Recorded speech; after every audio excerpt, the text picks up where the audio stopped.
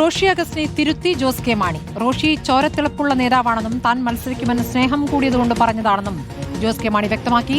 പാലാ സീറ്റിൽ മത്സരിക്കുന്നതിൽ പാർട്ടി തീരുമാനമെടുക്കും. തുടർഭരണം ഉറപ്പാക്കുന്ന പ്രചാരണങ്ങളാണ് നടക്കുന്നതെന്നും ജോസ് കെ മാണി പറഞ്ഞു. അദ്ദേഹം എപ്പോഴും ഒരു KSC വളർന്നു വന്നയാളാണ്. ആ ചോരത്തിളപ്പ് എപ്പോഴും ഉണ്ട്. അതുകൊണ്ട് അദ്ദേഹം സ്നേഹം കൂടുന്നതൊക്കെ പറയും. പിന്നെ അദ്ദേഹം മത്സരിക്കണ്ടെന്ന് പറഞ്ഞില്ലല്ലോ.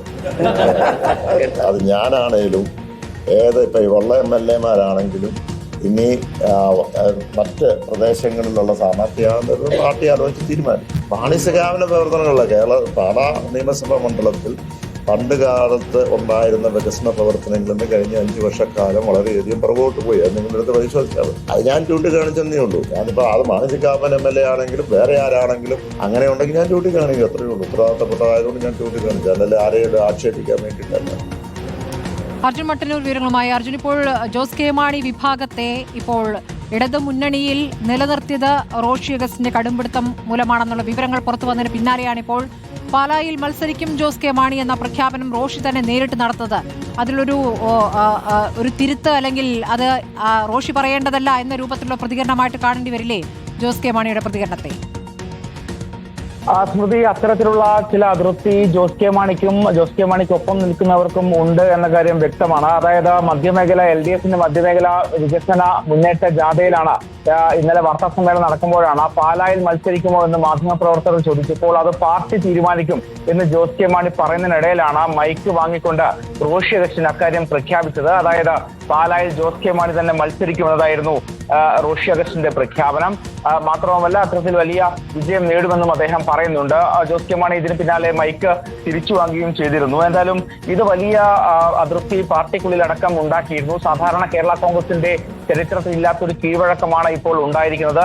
അതായത് ഇത്തരത്തിൽ പാർട്ടി ഔദ്യോഗികമായി പ്രഖ്യാപിക്കാതെ മന്ത്രിയായ റോഷി അഗസ്റ്റിൻ അത്തരത്തിൽ പാലായിലെ ജോസ് കെ മാണിയുടെ സ്ഥാനാർത്ഥിത്വം പ്രഖ്യാപിച്ചു എന്ന രീതിയിൽ സമൂഹ മാധ്യമങ്ങളിലടക്കം വലിയ തോതിൽ വിമർശനങ്ങളും അതൃപ്തിയും ഉയരുന്നുമുണ്ട്. എന്തായാലും ഈ കാര്യത്തിൽ ഇന്ന് ജോസ് കെ മാണി വിശദീകരണം നടത്തുന്നുണ്ട്. പക്ഷേ കൃത്യമായൊരു വിശദീകരണം അല്ലതാനും. അതായത് ജോസ് കെ മാണി പറയുന്നത് അത്തരത്തിൽ ചോരത്തിളപ്പുള്ള നേതാവാണ് റോഷി അഗസ്റ്റിൻ. അതുകൊണ്ടാണ് റോഷി അഗസ്റ്റിൻ അത്തരത്തിൽ പറഞ്ഞത്. പാലായിൽ മത്സരിക്കില്ല എന്ന് റോഷി പറഞ്ഞിട്ടില്ലല്ലോ. മത്സരിക്കുന്നത് പാർട്ടിയാണ് തീരുമാനിക്കേണ്ടത്. റോഷിയുമായുള്ളത് സഹോദര തുല്യ ബന്ധമാണ്. മറ്റ് വ്യാഖ്യാനങ്ങളൊന്നും വേണ്ട എന്ന് അദ്ദേഹം പറയുന്നുണ്ട്. എന്തായാലും സമൂഹ മാധ്യമങ്ങളിലും മറ്റും ഇക്കാര്യം വലിയ തോതിൽ ചർച്ചയാകുന്നുണ്ട്. അതേസമയം ഈ മധ്യമേഖല വികസന മുന്നേറ്റ ജാഥയ്ക്കിടെ എല്ലായിടത്തും തന്നെ പാലായിലെ വികസന പ്രശ്നങ്ങൾ കൃത്യമായി തന്നെ ജോസ് കെ മാണി ചൂണ്ടിക്കാട്ടുന്നുണ്ട്. മാണി സി കാപ്പന് മറുപടി നൽകുന്നുണ്ട്. കഴിഞ്ഞ ദിവസം മാണി സി കാപ്പൻ ഉന്നയിച്ച പ്രധാനപ്പെട്ട ആരോപണം UDFിലേക്ക് എത്താൻ വേണ്ടി ജോസ് കെ മാണി കോൺഗ്രസ് നേതാക്കളെ കണ്ടു എന്നതായിരുന്നു. അതിന് വിശദീകരണവും ഇന്ന് അദ്ദേഹം നൽകുന്നുണ്ട്. അതായത് തിളച്ച എണ്ണയിൽ കൈമുക്കി സത്യം ചെയ്യാൻ പോലും ഞാൻ തയ്യാറാണ് എന്നാണ് ജോസ് കെ മാണി പറയുന്നത്. പൂർണ്ണമായും നിഷേധിക്കുകയാണ് മാണി സി കാപ്പന്റെ ആരോപണങ്ങൾ. അതായത് മുന്നണി മാറാനുള്ള ശ്രമങ്ങൾ നടത്തിയിട്ടില്ല, കോൺഗ്രസ് നേതാക്കളെ കണ്ടിട്ടില്ല.